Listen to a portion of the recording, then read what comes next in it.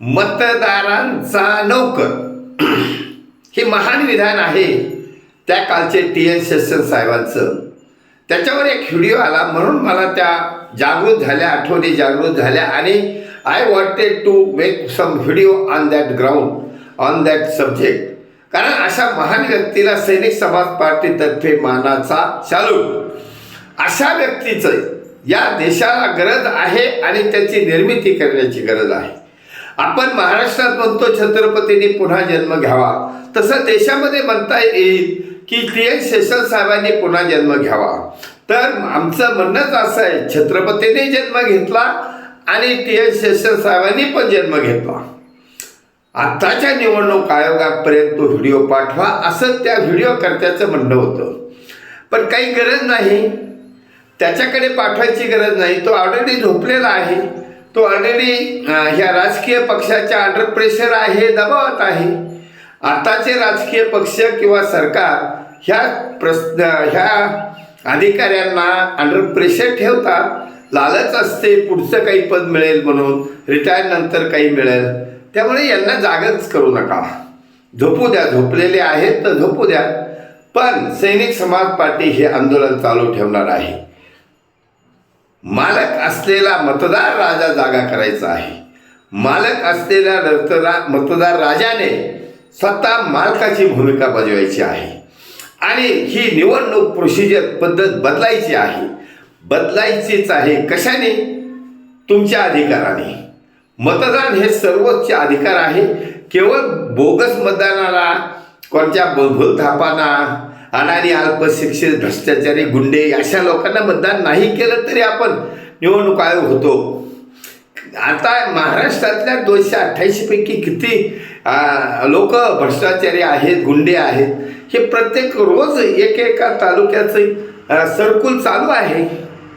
याची दखल कोण घेत? पोलीस घेणार नाही, जिल्हाधिकारी घेणार नाही, सचिव घेणार नाही, गृहमंत्रालयातील सचिव घेणार नाही. गृहमंत्रालयातील मंत्री मात्र त्यांना क्लीन चिट देऊन मोकळे होतात. मग आता राहिलं कोणाकडे? फक्त मतदाराकडे. कोर्ट, सेशन कोर्ट आणि तुमचं हायकोर्ट, सुप्रीम कोर्ट हे काही तुमच्या आमच्या बसकी बात नाही, सामान्य माणसाच्या बसकी बात नाही. त्यांच्याकडे ह्या भ्रष्टाचाराचंच केस चालू आहे.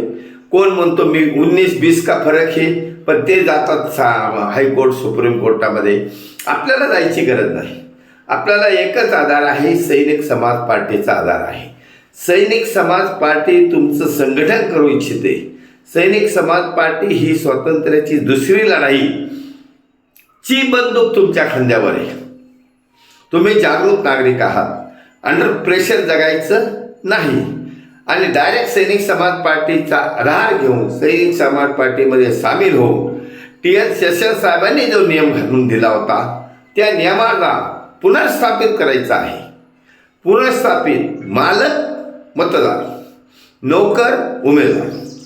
उमेदवार योग्य नसेल तर नोकरीवरून काढून टाकायचा. म्हणजे त्याला एकदम मतदान करायचं नाही. 0 मतदानमध्ये तो घरी बसलाच पाहिजे. किती मोठा सरंजामशाही असू द्या, भ्रष्टाचारी असू द्या, गुंड प्रवृत्तीचा असू द्या, पण तुमच्या मताच्या ठोक्याने मात्र तो घरी जाणार आहे. आणि हे जे वरमान करून बोलतात, स्वतः नालायक असतात परंतु वरमान करून बोलतात आणि याचा गुन्हा लपवतात, त्याचा गुन्हा लपवतात, याला क्लीन चिट देतात, त्याला क्लीन चिट देतात.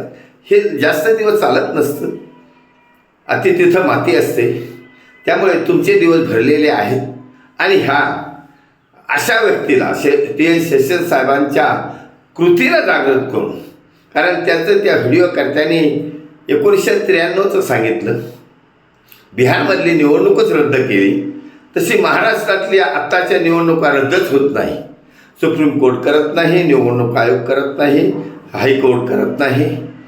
कारण चाललंय हे सगळं ह्या भ्रष्ट नेत्यामुळे चाललंय. यांचे खून करतात, त्यांच्या केसेस प्रलंबित पडतात, हे सुपारी देतात.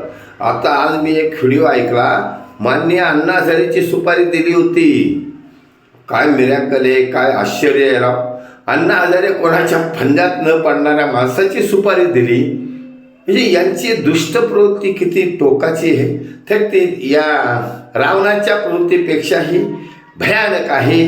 त्यामुळे यांना नीट करायचं काम फक्त मतदारच करू शकतो आणि मतदाराला सैनिक समाज पार्टीने व्यासपीठ उपलब्ध करून दिलं आहे.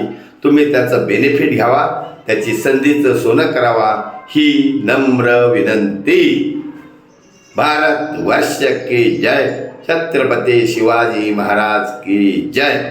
सैनिक समाज पार्टीचा विजय असो.